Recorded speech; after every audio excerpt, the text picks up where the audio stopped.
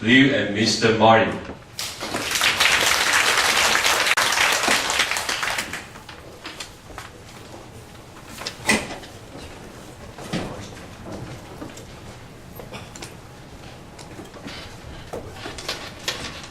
Hello. 大家好.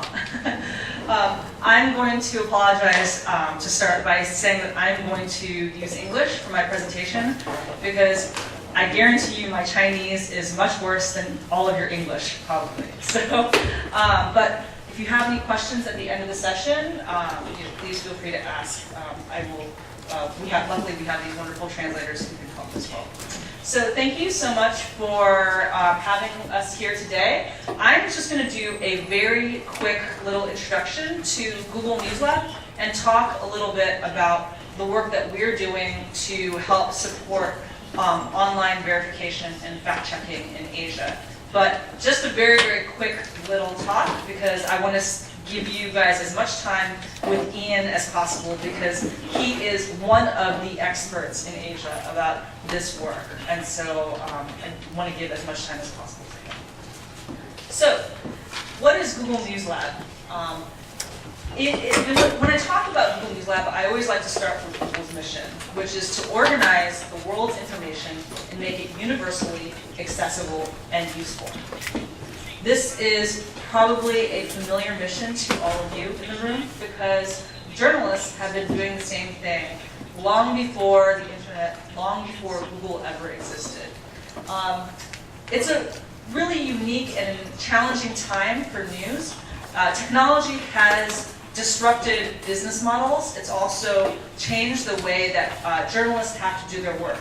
And even more significantly, now that more and more people have smartphones, anyone can shoot a picture, shoot a video, write a story, and publish it on the internet for anyone to access, right? So, and it's not just, it's the internet, it's their own websites, blogs, Twitter, Line, Facebook, link, every platform you can imagine. And so the question is, when anyone can commit a journalistic act, how do journalists actually differentiate themselves? And when anyone can publish things to the internet, how do you make sure that the information that our readers are getting is high quality? And I think that that's actually a really, really important opportunity now for journalists. Of course, the bridges between technology and media are getting closer and closer and stronger. We can't really think about doing our work without, as journalists, we can't think about doing our work without thinking about the platforms where they will actually be published. So, we at Google believe that creating a more informed world takes journalists and technologists working together. We think technology can be very helpful to journalism. And quite frankly, journalism, the world, society needs journalism, needs high quality journalism, and Google as a company, we also want there to be high quality information in the world as well. So that's where Google News Lab comes in. We are a small but mighty team based all over the world. So I am the News Lab lead for Asia Pacific, so the whole of Asia Pacific. And we have about 19 people around the world. Many of them, like me, are former journalists. And so I worked at Reuters and at the South China Morning Post for a number of years before joining Google this year. We do our work in kind of 4 different focus areas. The first is trust and verification. This is very important to me and very important to the work that we do in the Asia Pacific region. This issue of quote-unquote fake news, misinformation, is a big issue around this region, and so we've really focused a lot of energy on this. Also, other areas are data journalism, immersive storytelling, and inclusive storytelling. And we do our work in a lot of ways. The first is through training and events. So we actually we actually make a point to do a lot of training in newsrooms. So I will actually go in and talk about Google tools and other tools and how you can use them in your day-to-day reporting as well as investigative reporting and fact-checking and verification. We also hold events where we bring guest speakers and experts to various places, like such as Iain, to talk about the work that they do.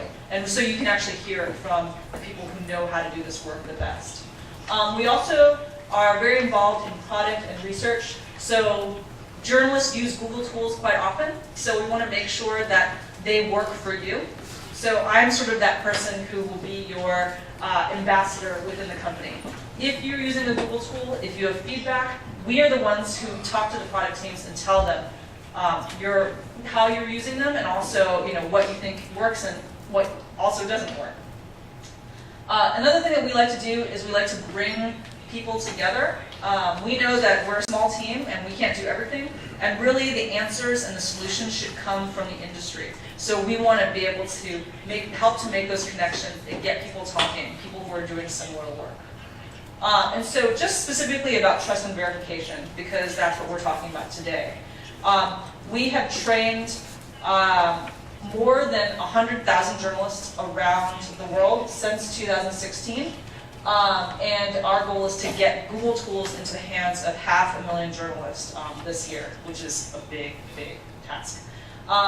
As I mentioned, we go to events, we hold events, and we also do trainings in newsrooms.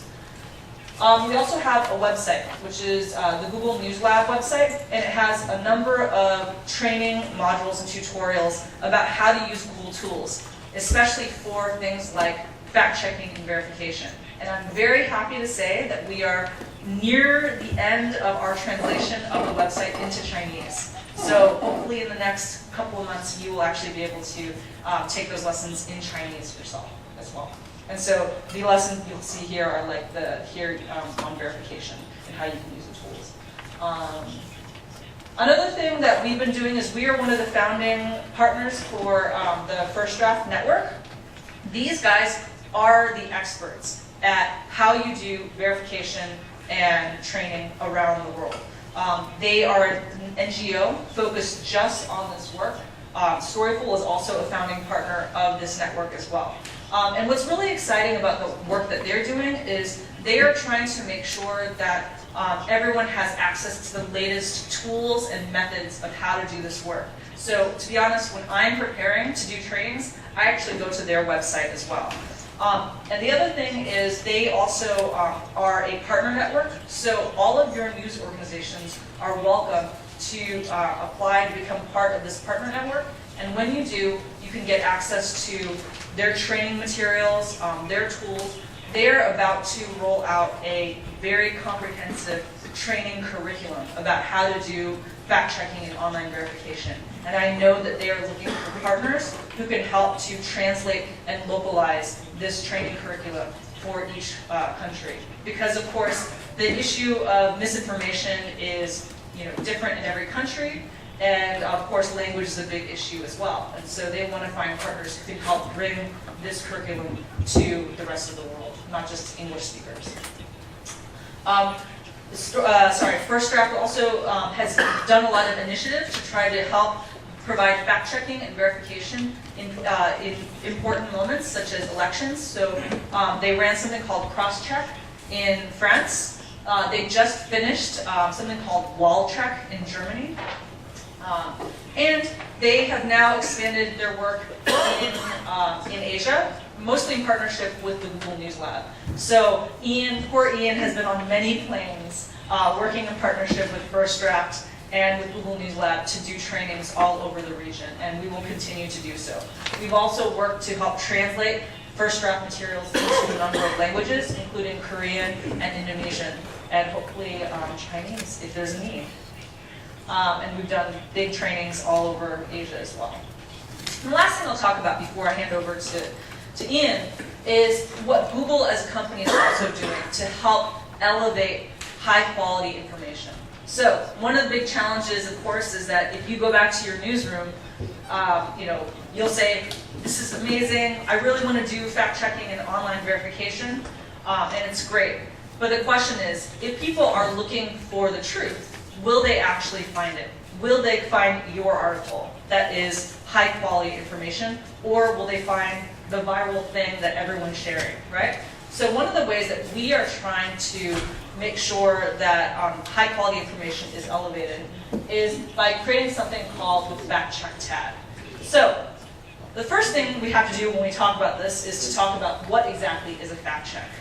The idea behind fact checking is you have a statement, a public statement.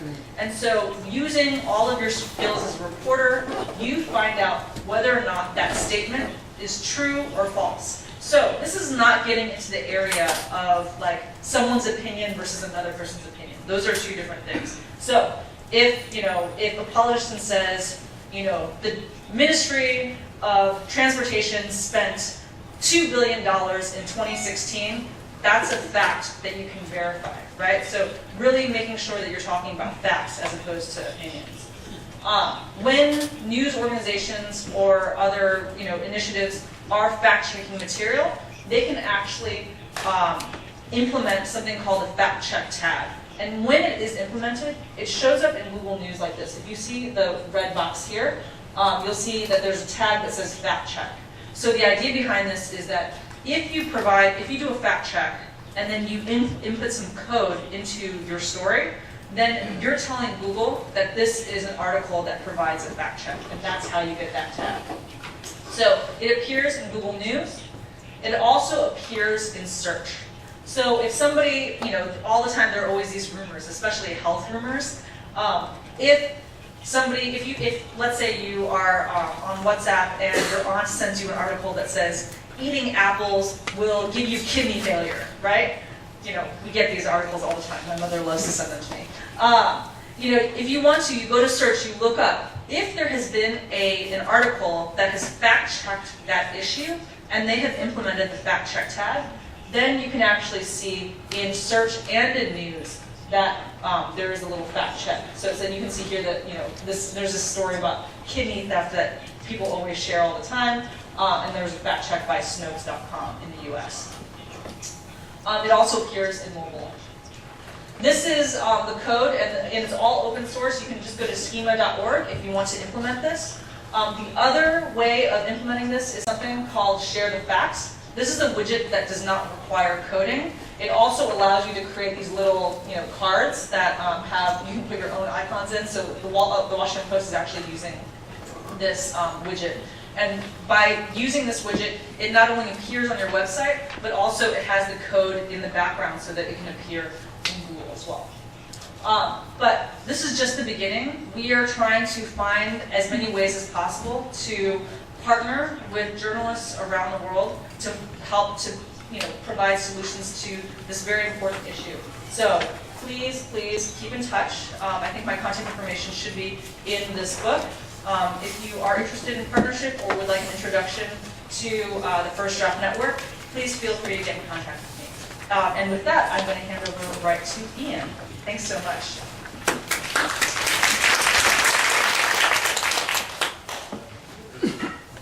Thank you for the introduction, Irene. Could we swap around the slides so we can get started?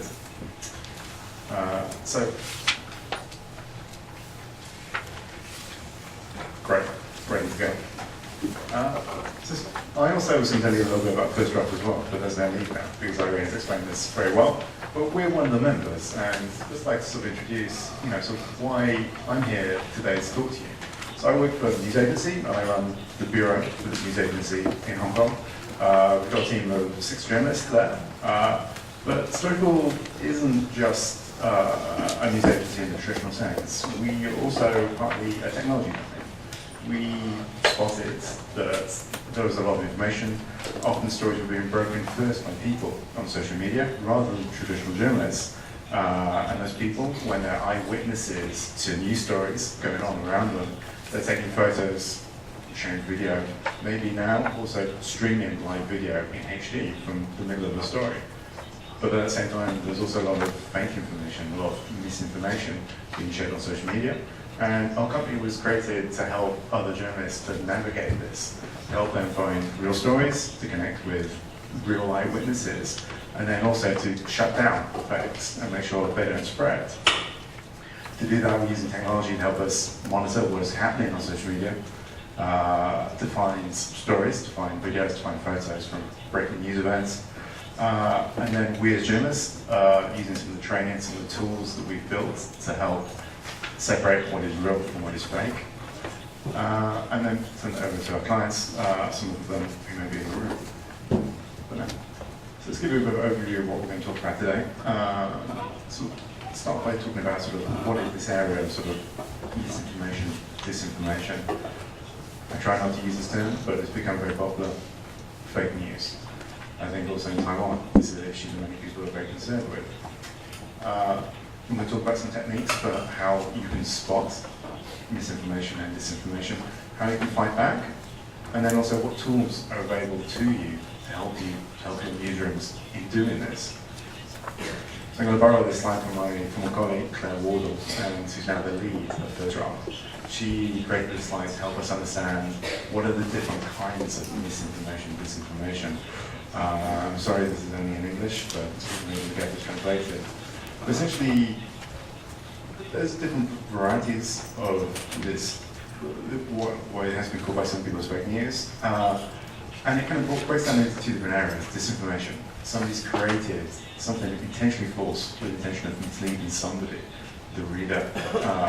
Misinformation is when it's been mistakenly shared. Perhaps the person posting it to Facebook, to Twitter, to lie. They don't understand that this is fake, that this is the kind of the bogus health story that goes viral on the platforms.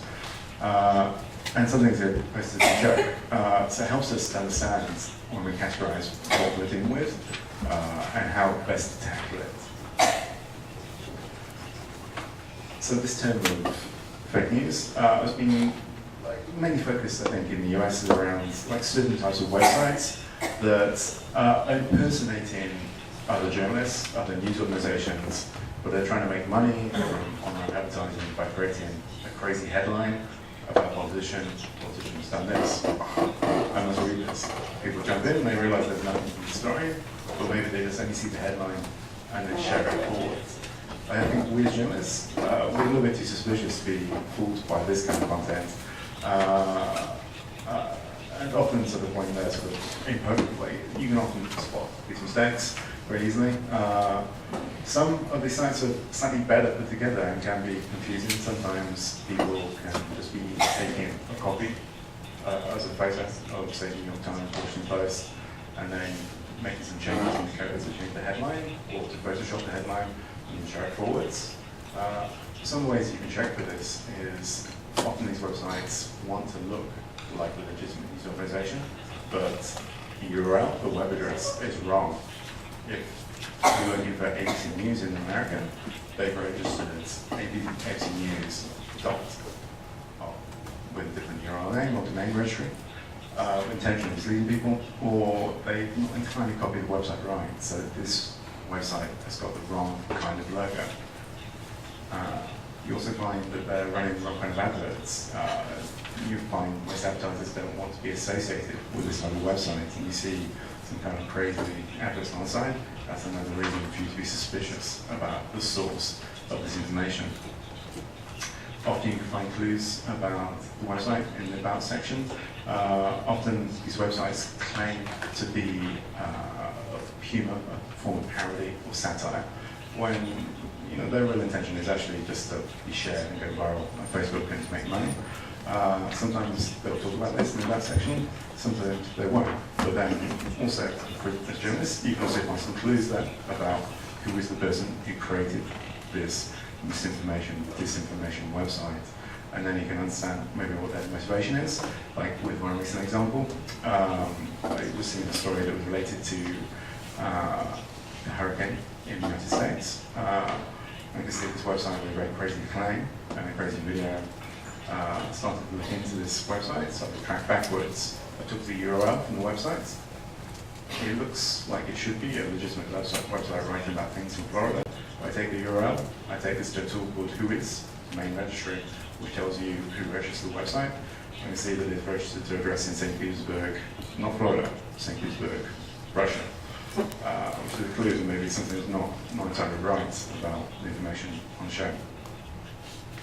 So mention about the Whois. And to talk about one recent example from the French elections where we were involved in. This is a story that my colleagues in the United States were working on. So they were working on this through the Cross-Check Coalition. So part of what we do is follow what happens on public social media, the platforms that you're familiar with, Facebook, Twitter. We're also interested in what you may call dark social media. This could be what's happening within messenger apps like WhatsApp, or Line, where people have very large groups and they're sharing information.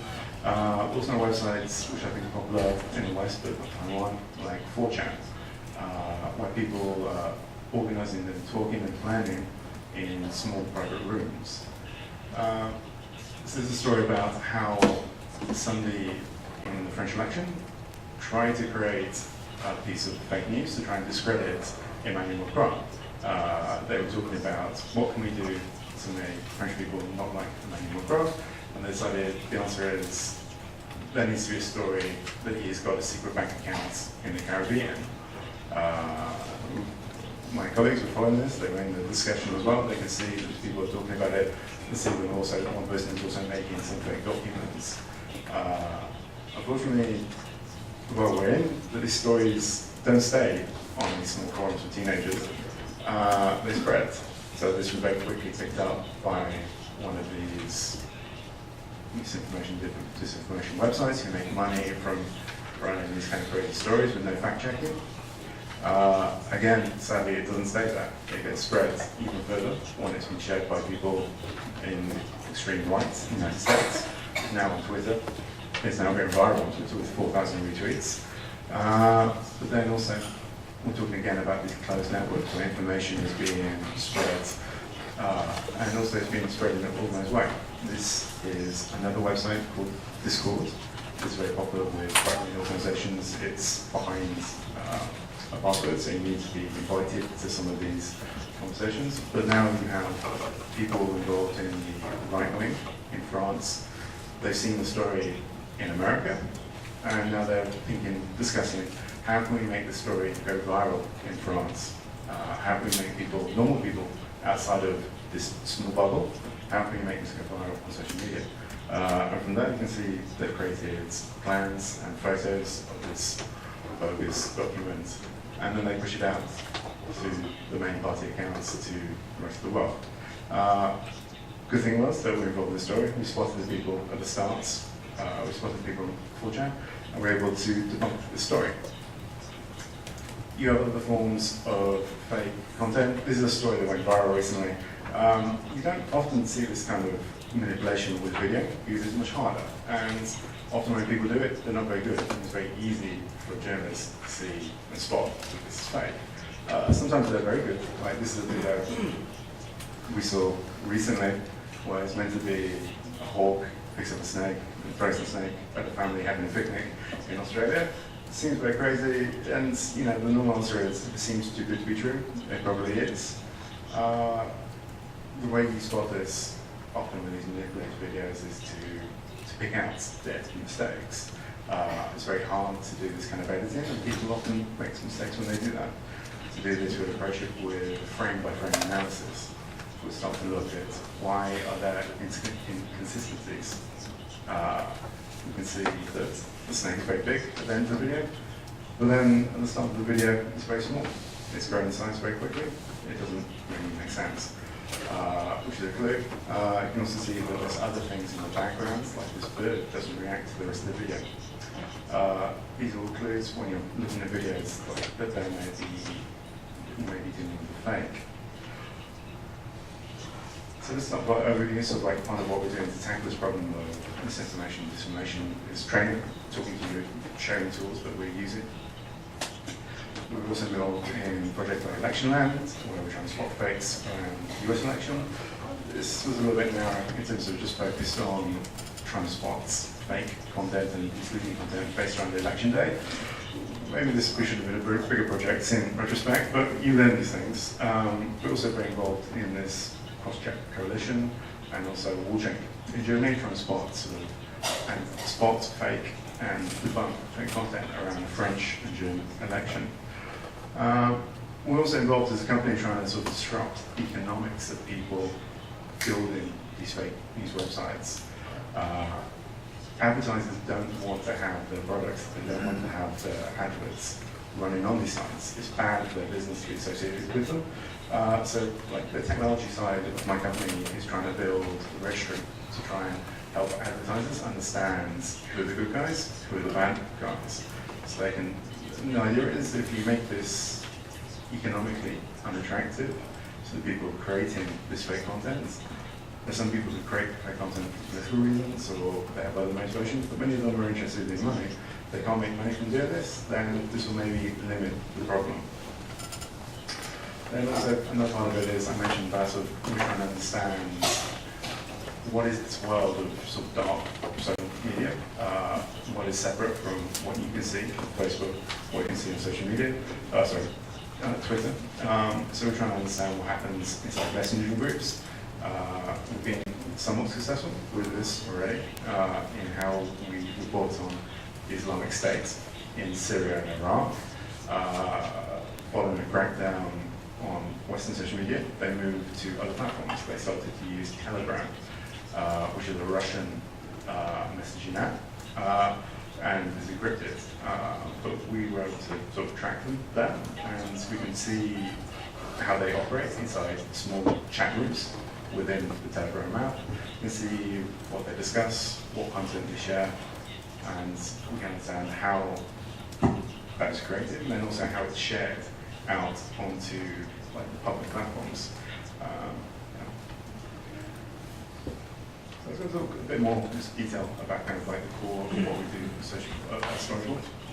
And I also think what's probably the most relevant for you as a journalist, if you're working in the newsroom, often you see in a breaking news situation, first photos, first videos come from members of the public who are on the ground at the scene of the story. They're involved in the story. There's a problem with a lot of this content can be fake, and often journalists in this situation pull out because they're maybe rushing, or maybe they don't have some checks in place in their newsroom to say, take a hard look and say, is this real or is this fake? So I'm going to talk to you about some of the steps that we go through. So this is a recent video that came out during during one of the hurricanes, Hurricane Maria in the United States. It's a very dramatic video. It's meant to show high winds destroying a small town. There's a problem that this video has been online for over a year. It actually comes from Uruguay. And this was shared by a relatively famous journalist in Florida and went very viral. One version of this video attracted maybe 30 million views on YouTube before it was debunked. This should have been easy to spot if you just followed some of the checks. I'm going to talk to you later. But you know, this happens almost every day, that journalists somewhere around the world is misled by some bogus photos, some bogus videos, and using this in their reporting. So this is CNN using footage they thought is from Brussels, from the attack at the airport last year, when actually this is a video that came from Russia many years ago, but they've been tricked. So let's talk about how we can do to avoid this. Our approach to this is to have a process, and we call this verification. So we're interested in running through some checks whenever we're looking at anything that's coming from social media. We want to understand, you know, just the basics of journalism. You know, who, what, where, when, why. We all know this, but I think when some journalists are dealing with social media, there's this idea that it's kind of maybe a black box, just it came from social media. But no, you know, somebody posted it, somebody shot the video. What are their motivations? And part of that is to work through these three things to understand what is the source of the video, who filmed the video, when was the video filmed, then also where was the video filmed. And also just before I sort of launch into running through these steps, we're going to draw a distinction in terms of what we do, in terms of Storyful, we focus on verification. So organizations like Bellingcat as well. So we're seeing stories that are coming from social media, but we don't really know very much about them. We see in the photo or video, we maybe know one thing. They say this video is showing the hurricane in the United States. But we know we don't have any other facts, and we're trying to work backwards to find out the who, the what, the where, the when, the why. Whereas with fact-checking, I view this is more just in terms of President Trump makes a crazy claim, and then it's up to the guys at Vax or Snow to say, well, you promised 5 billion, but there's only 1 billion in the budget. It's fact-checking is you're starting with statements and then you're working backwards to support or disprove this. I'll say this before we get into any of the technical detail. One of the most important things is to be skeptical. If a story seems too good to be true, it probably is. This is a story that went viral earlier this year in India, but it's about Taiwan. And it went viral because of this very crazy video that's meant to show a gangster driving a Lamborghini shooting somebody in Taipei. One of our other clients asked us about this video and said, is this real? And my first reaction was obviously, this doesn't sound like Taipei. And it's always good to have that kind of skeptical outset, and if it seems too good to be true, it probably is. It's a very dramatic video. It's meant to show like somebody filming the shooting this gangster from up close, and that doesn't seem to make sense. And the reason why it doesn't make sense is because it's actually from a movie. Somebody, like a member of the public, is filming a TV shoot from his house, and you can see at the start of the video, you have a camera crew, you have the crane with the lighting, and you have the director in the chair shouting, and in the full video you also see they then do it again for like another take. But somebody had edited the video down and then posted it on social media to like, oh, look at this crazy video. Often the steps to avoid this, and one of the best things you can do as a journalist when you're dealing with anything, social media, is to use tools like Google reverse image search or TinEye. These photos are coming from a video that gets shared every time there's an earthquake in almost any country. It's meant to show water flying out of the swimming pool when the earthquake comes. It's a very dramatic video, and people obviously like it because they keep posting it from every country in the world. When actually it's a story from Mexico almost 10 years ago now. Just taking the thumbnail from this video, or taking a still and running this through Google reverse image search will tell you instantly that this is an old video and you do not need to do any more checking on the story. This is a video that I see all here in the media, maybe 2 or 3 times every year. It's very easy to avoid making this mistake. So I was in the Philippines last week, and in the Philippines they have a real problem with this topic of misinformation and disinformation. It's very political in the Philippines, and it's being used to target mostly the opposition. This is a senator from the Philippines, and she's supposedly holding a banner, showing support for a terrorist group. Again, that seems a little bit crazy. This can't be true. And the answer is, it's fake. And you can work this backwards using some tools like technical analysis and look at the exit. You can see from the level of highlights that the photo's been edited. They've gone into a photo that she shared many years ago, showing support for a natural disaster, and had edited the text in the story. This tool isn't perfect. This is like another image that's been shared on Filipino social media earlier this year. Obviously, some of you may recognize President Duterte. I don't think he's joined the military just yet. But these tools of the error level analysis are powerful, but they don't always work. Now, technically, this photo would look okay using these tools, but clearly it's not true. And the answer is, you're able to work backwards and find that this is a photo somebody had stolen from Belgium, with the Belgian Army website, and then they edited the photo in. But this is also a more real spot using Google reverse image search from the rest of the photo. So I'll stay with the quick things, just talking more about the detailed approach. So whenever we're watching a video, we're trying to understand where it was filmed. This is important for us in our reporting to understand, is this real or fake, and also how does it fit into this bigger story. So this is a video that was coming from the Philippines. There's an ongoing conflict in the south, in the city Marawi, and this is a video that's been shared.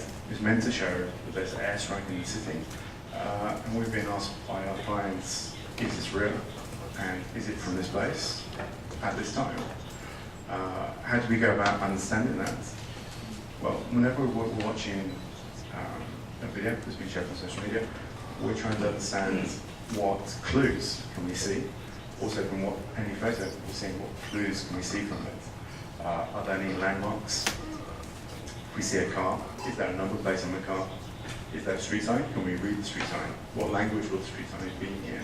These are all clues which are very helpful to us to understand where the video is filmed. Like with this one, so often the best tool for us is Google Street View, just in terms of it's a unique record of the world. But unfortunately it hasn't reached southern Philippines just yet. We're able to work backwards and say, well, what are the structures in that video, and can we find them on the satellite view, on Google Maps? And we will, able to spot those buildings, the structures.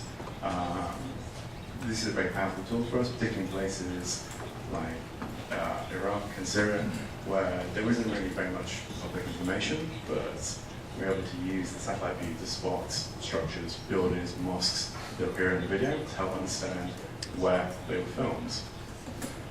Google Images is also a very valuable tool for this. This is actually a photo from a Filipino journalist. They're able to find the same building that's featured in the video from a different angle. They're able to help us understand that this was a genuine valid video. Like another example in the Philippines, obviously you have a lot of typhoons, particularly this year, and this is a video that came from Iain, or at least it was being described as being from Iain. It's a dramatic video, very interesting, showing waves and the typhoon hitting the city. But how do we know this is Iain? Again, we're looking for any visual clues. We know it's like some kind of dock. We can also see that there's a tiny flag. Like sometimes you get lucky and it makes it very easy if you have this. But also if we find other things in the video, like obviously this makes it very easy when you see a store, a sign, I can start to Google this, and they're able to find the exact same spots on Google Street View. Now the depth, understanding when a video is filmed is maybe the most difficult parts of this sort of verification process. As I discussed, often the problem is old content that's being re-uploaded and being relabeled as being described as something else. This can make it difficult because it's a genuine video. It looks real, but it's just from another place. So, this is probably the area where most journalists will call out that it's the old footage being re-uploaded. But there are steps you can take. Again, reverse image search is very powerful for this. This is a video that was picked up by a number of journalists earlier this year. It's meant to show a meteor in the sky over San Diego, California. When I started to look at this, it looked a little bit too good, a little bit familiar. So I did some more checking, ran it through reverse image search. I was able to find the exact same video being online already. You can see the video has been online already, and then start to click backwards. Often this process of trying to understand where a video comes from, when it was filmed, it means searching in reverse chronological order. You need to work backwards, find the first time it was online. From there, you can start to ask some more questions about where it was filmed, what was the source. It's very hard to do this otherwise. How do you find this video? And this, the reverse image search tool works best really on photographs. You can also apply it to videos as well. This can work with this example from the thumbnail. Whenever you have a video that's being uploaded to YouTube, Twitter, Facebook, there will be a thumbnail generated. So when you see the preview, this will appear. This makes it very easy for you to use these tools like Google Image Reverse Search, also TinEye. These will be archived on these websites to make it easy to search. Unfortunately, sometimes people can be very clever, and if they're trying to fool people, they change the thumbnail to another frame within the video, or maybe something completely different. These tools also work on sections of the video. If you take a frame, screenshot it, it can work on these tools. You can even use this on a section of the video. In the past, I've used this to say, I can see somebody in the video, there's a policeman who's got a icon on his uniform. I was able to take a screenshot of this and then run it through the tool, and this showed me where this organization came from. He was able to recognize the logo that appeared in that. Sometimes it's not so easy. Sometimes you need to be a lot more creative and sort of questioning, when this video is filmed, or just it doesn't appear so easily using these tools. Then you need to start asking, well, what else is that about the video? Sometimes you have access to the file or the photo file. You can find what metadata is in it. If it's a photo and you have access to the JPEG or RAW file, you can look at the EXIF data.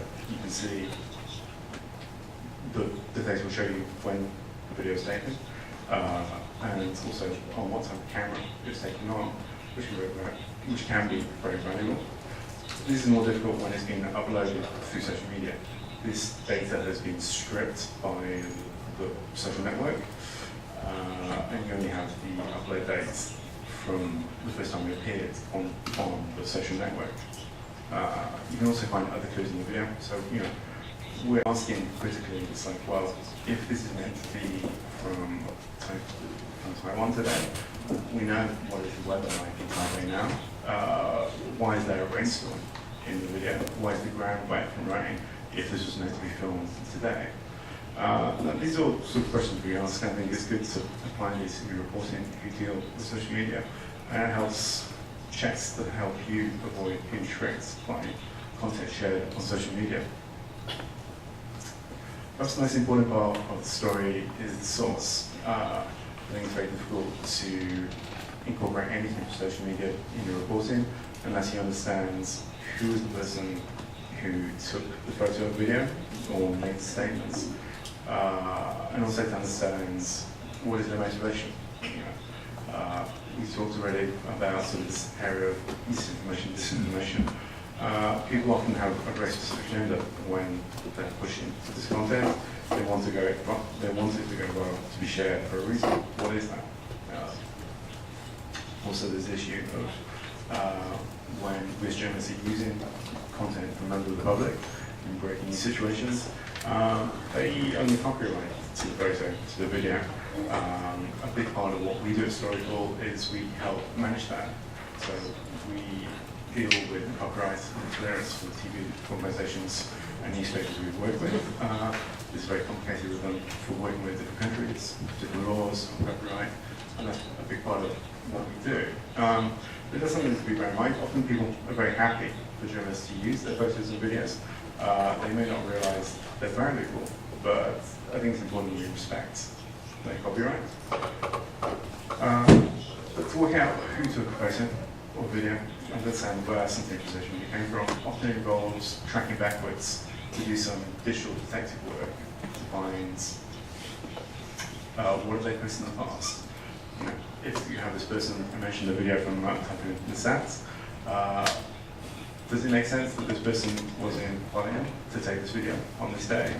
Well, when I start to look at his profile on social media, it's a video from YouTube, but he's got no other videos on this account this time. This makes me very suspicious, but then when I find his username from YouTube, I can then try and use the same name on Facebook. I can see that on Facebook he's listed as having a job in Hawaiian, and on Facebook he's posting many photos, many selfies every day in the city, and that that makes me more confident that he is the person who took the video. We could kind of call this the social profile for somebody to understand what is their history really on social media, and does this tie with what you know them when you know about them in real life? Does it make sense that they would be in the right place at the right time to take the photo or video we're talking about? Also, the thing is, if one understands, consider the ethics. We mentioned about copyright, but also potentially we as journalists need to consider their safety. I think this is even more of an issue when you're dealing with platforms where people can broadcast live. This is something we've seen many times. People are involved in breaking these situations, they may be in danger. They're sharing video live. Potentially they may be endangering themselves, or maybe also other people involved in the story, particularly when we as media we broadcast this out and help it reach a wider audience. And then also sort of what is the experience of the person sharing the content. Often people are posting things that are social media, they don't realize how public it is. They may not realize their privacy settings are very open. So essentially was considering what impact if there's consideration, is it newsworthy? Is there a news story in sharing this? Often there is. But I think that's just something that we need to consider as journalists when we're dealing with anything from social media. So let's leave you a summary. Here are some of the tools that we use here at Storyful, and I've kind of broken them down into like some headings on how some of the broad areas of how we use them. So I'll leave that a little bit later, but that's my presentation. And I think over there some questions and answers.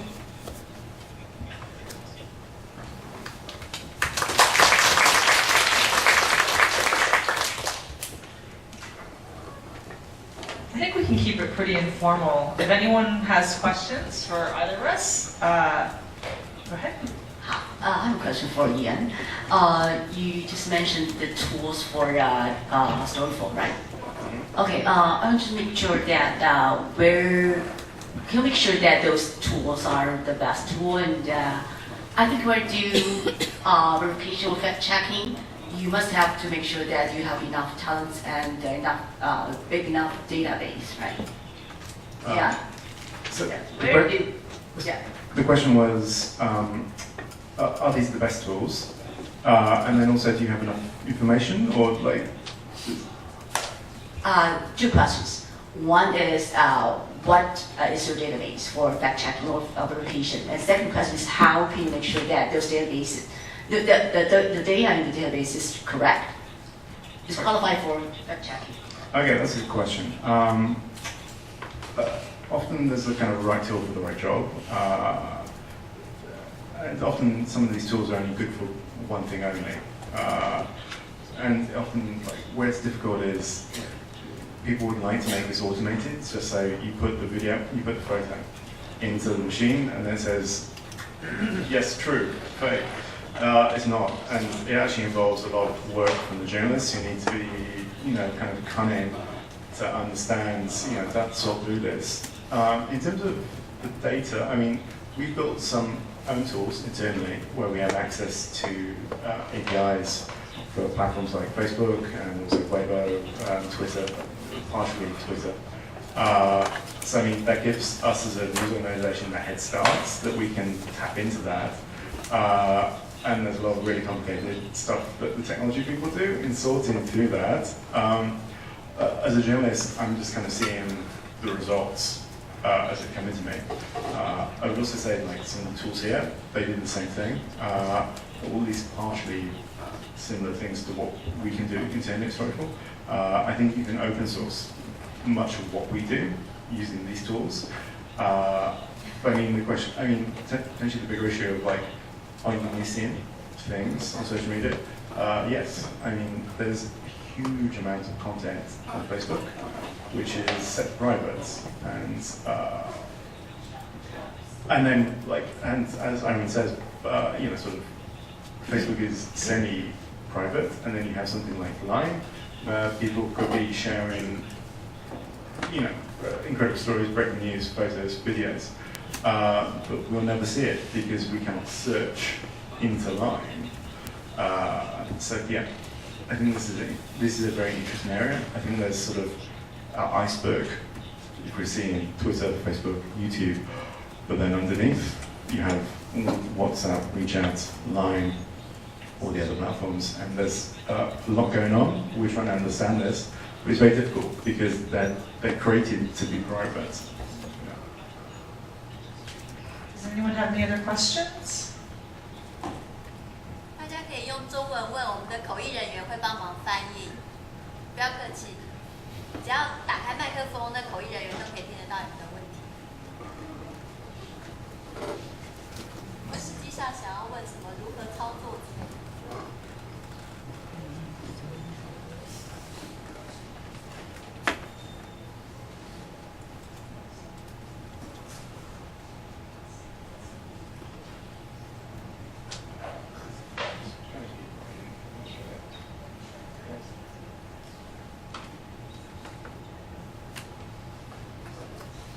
我想请教一个问题啊，这么多人讲新闻，有什么制裁的方式，或者是什么样的发展？谢谢。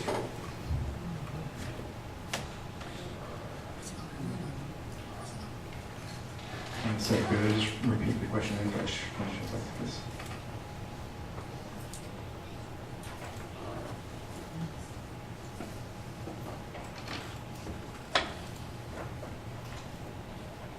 Could the translator? So the question in English was, fake news is a big problem around the world. What kind of penalties are there for sharing this content? That's a good question. Potentially that's more of a question for government than me as a journalist. I know that this is criminalized very heavily in Turkey. I know they're also talking about passing a law about this in Singapore. I think those are probably and also Russia has a law about sharing rumors online. Maybe from the countries I mentioned, you may be spotted that they're all quite authoritarian countries with very little tolerance for freedom of speech. Personally, my view is like this issue of disinformation is a big problem. I think it's up to us as journalists to fight it, and also to work with technology companies. Once you have the government involved, once you've criminalized forms of speech, where that goes, I'm not sure I want to go where that goes. Yeah.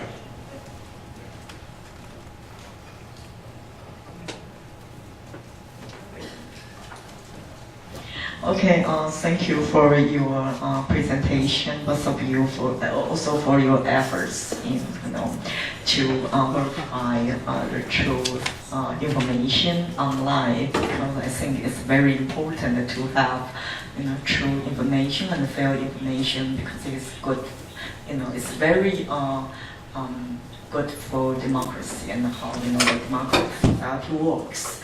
And actually, I have a similar question, just as the audience. It's about the attitude and the mechanism of the online platforms such as Google's. From your corporation's attitude, so what's your thinking about the governments, internet governments regarding true information, and what's your opinion about the takedown mechanism?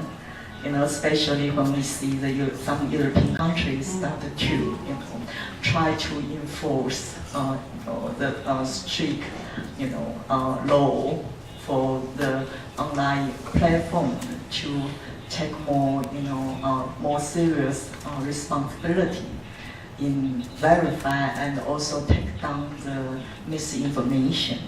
So I just want to know about the, your attitude. Of course, you talk about the, freedom of speech. Yeah, but since nowadays the online platform has a lot of users and very strong social influence. So yeah, just the question to both of you. Thank you very much. So I think that, well, I should start by saying that I am not a policy person. I am very much focused on working with journalists. And so my point of view is very much from the journalistic perspective. Maybe it's very egotistical, because I feel like journalists have a really important role to play in this. And from Google's perspective, we are, in this context, the way people are kind of encountering and work and accessing information through us is through search. So when in my ideal world, I think people see something, maybe in their mind they're not sure whether it's right or it's not right. They go to search and they want to find out if it's true.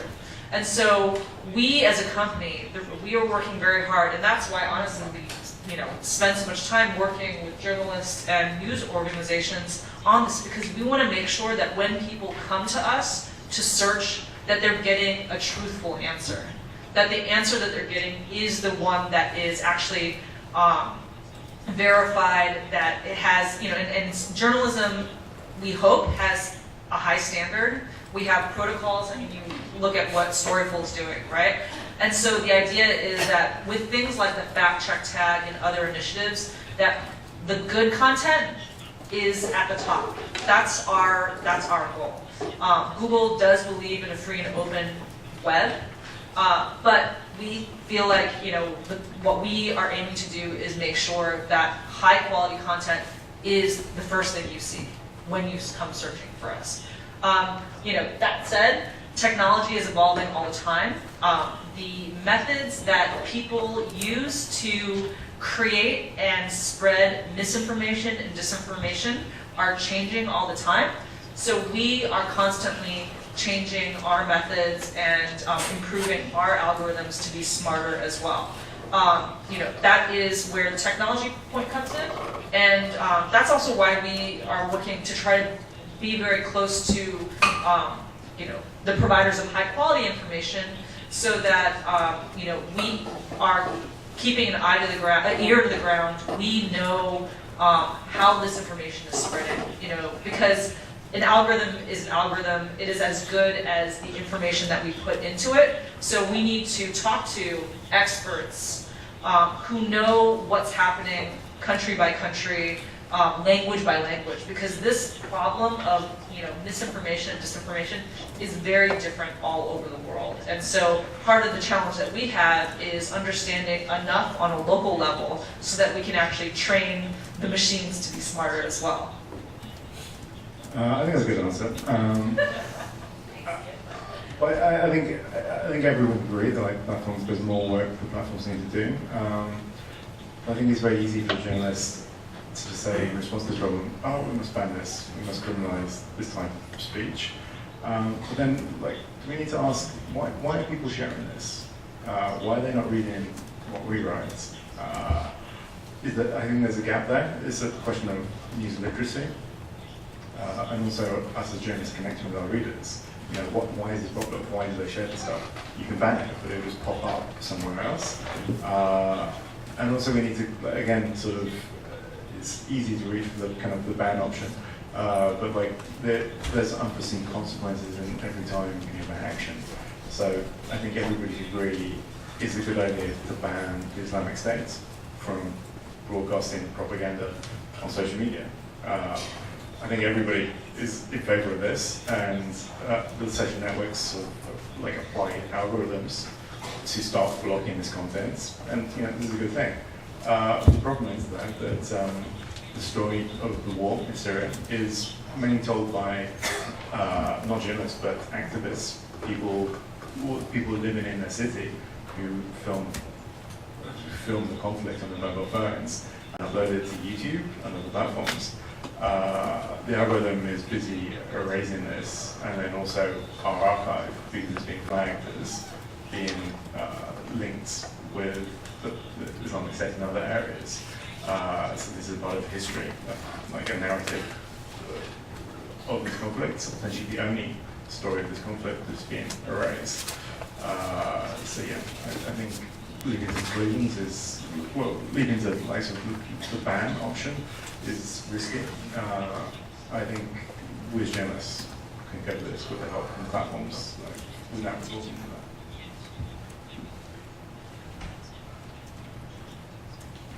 我想请教2个问题啊。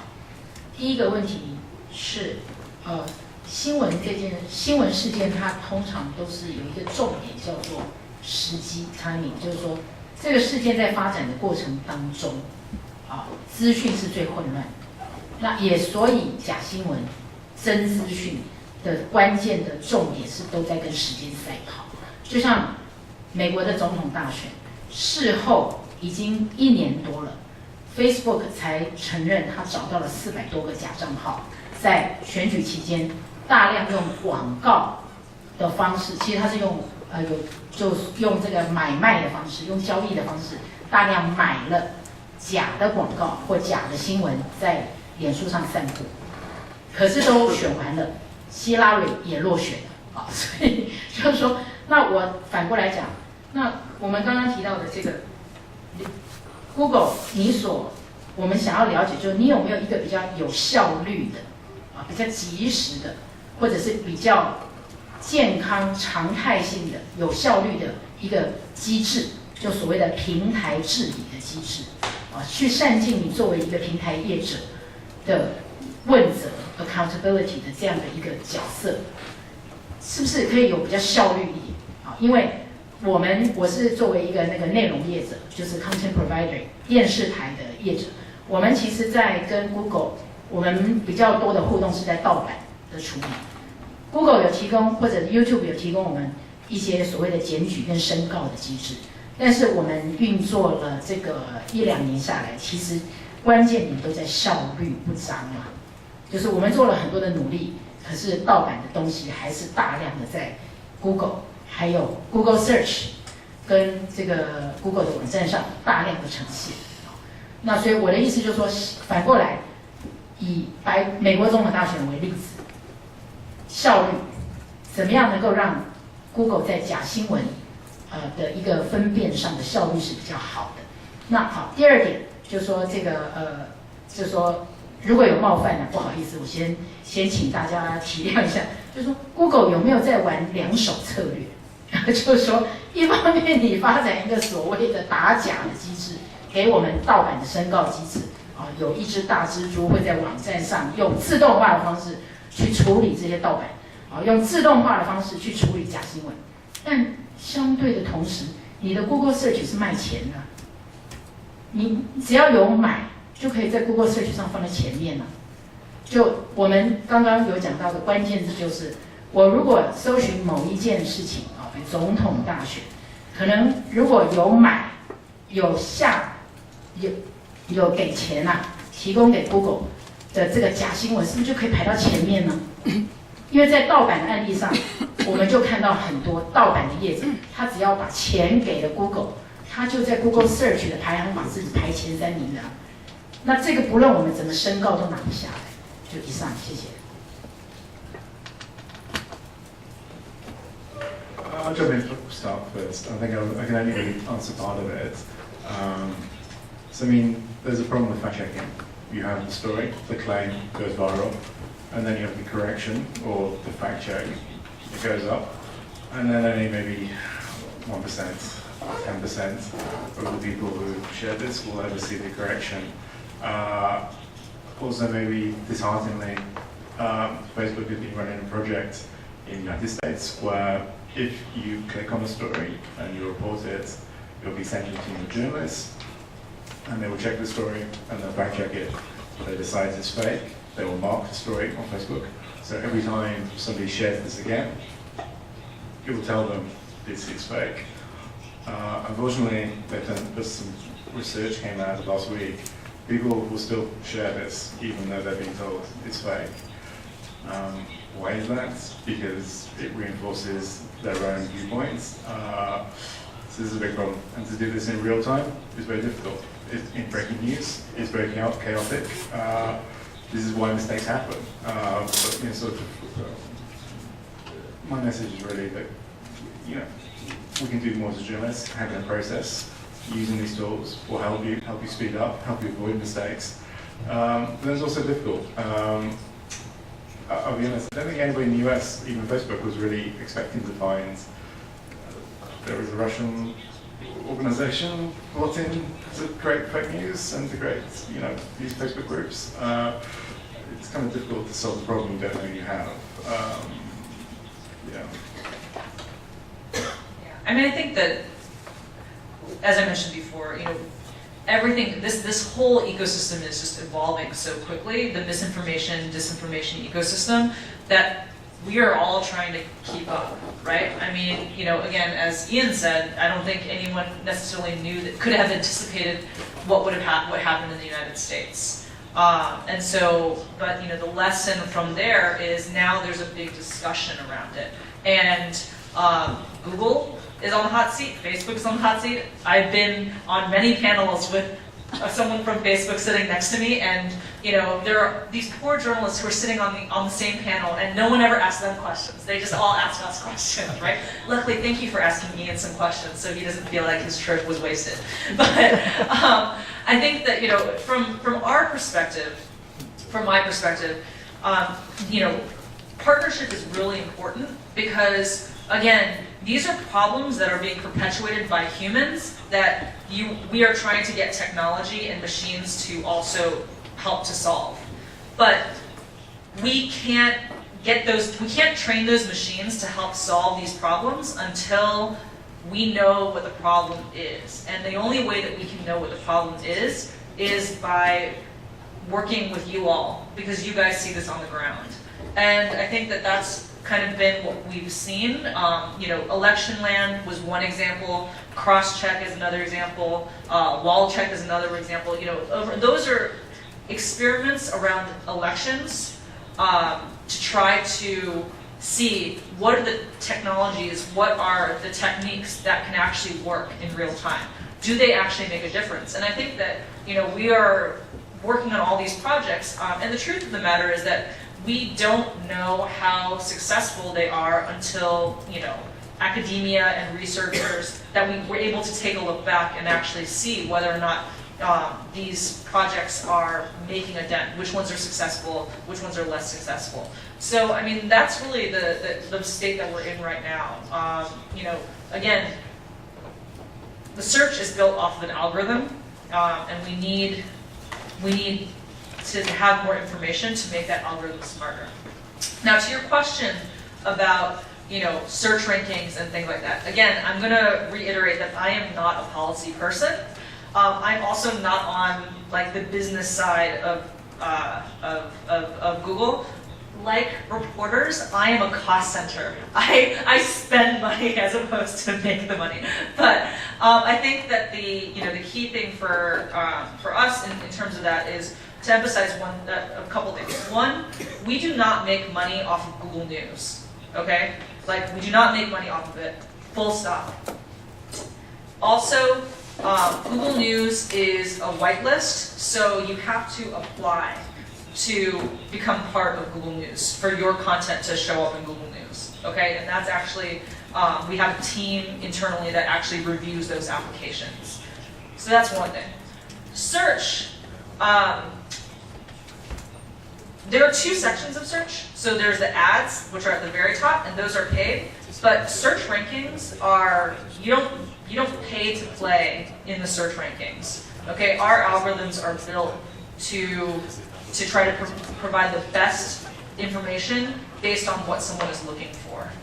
Okay, so the ads at the top, yes, those are paid, right? The rest of the search is based off of the algorithm, and that is constantly being adjusted and tweaked to help to deliver, with the mission of delivering the best information based on what people are searching for.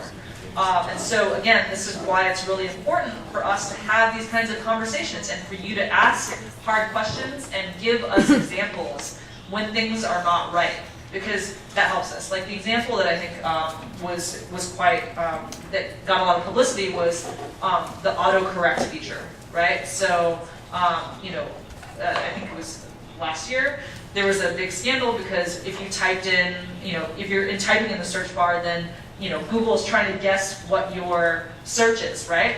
And so there were some that were perpetuating misinformation, disinformation, some things that were negative. And so, with that feedback, now we have actually created a system where you can report. If you think that one of these autocompletes is problematic, you can actually report that to Google, and a team will look at that report. So, again, this is the kind of thing. Machines are okay smart, but, one of the things that we always say within Google, if you talk to people who are working on machine learning and artificial intelligence, they'll say machines are very good at answering questions, but they're not good at asking questions. And in this environment where things are changing so much and people are innovating all kinds of ways to share incorrect information and make it very, very exciting to share,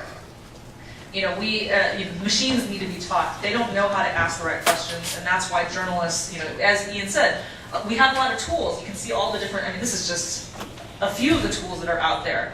But you actually, the challenging, difficult part is that a human being with the kind of curiosity and skepticism and detective skills is really needed to help you to answer the question.